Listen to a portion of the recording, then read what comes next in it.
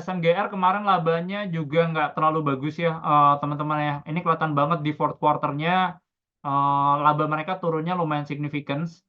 Jadi, kalau jualan semen mereka sebenarnya masih lumayan bagus gitu ya, kalau kayak dari sisi, regionalnya masih tumbuh 3,6%, in overall kayak mereka punya revenue growth-nya itu volume masih naiknya 10, persen ya.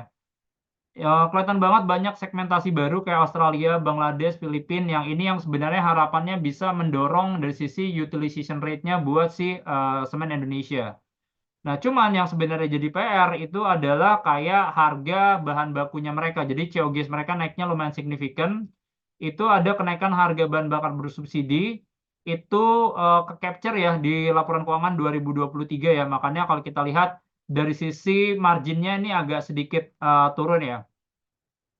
Ke depannya kalau kita lihat sebenarnya company-nya masih bisa growth, kalau kita lihat dari sisi demand volume itu dari asosiasi ngelihatnya growth-nya bisa sampai 2-3%. Cuman kita ngelihat SMGR ini growth-nya masih bisa di atas industri karena mereka lumayan agresif juga ya buat ke ekspornya itu tadi. Plus mereka juga ada exposure ke IKN yang menurut kita juga bakal positif karena INTP, nggak bisa masuk nih ke IKN gitu, karena pemerintah biasanya akan lebih prioritas BUMN buat kayak, beberapa projeknya itu tadi.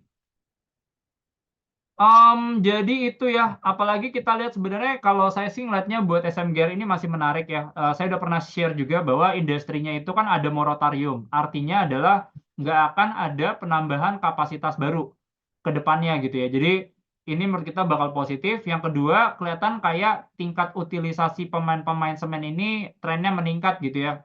Trennya meningkat karena sektornya tuh lagi konsolidasi. Jadi SMGR kemarin udah akuisisi SMBR, SMCB, market leader 50%.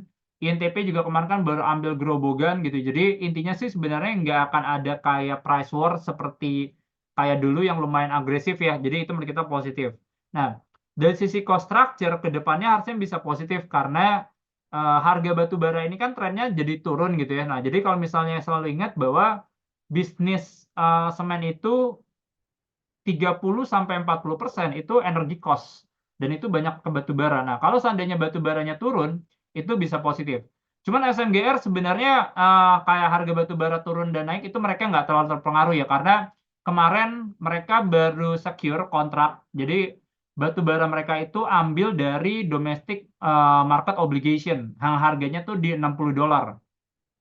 Nah, jadi harga $60 itu tuh ibaratnya akan berlaku panjang gitu. Jadi ini menurut kita sih bakal positif ya, apalagi kalau kita lihat harga sekarang kan kalau buat yang, batu bara kan di global tuh sekitar 120, 130 gitu ya. Nah, ini mereka dapatnya di 60 karena mereka ambilnya dari yang, DMO. So, saya masih suka sih buat SMGR ya, kita masih buy target price-nya di 7.100 ya. Nah, ini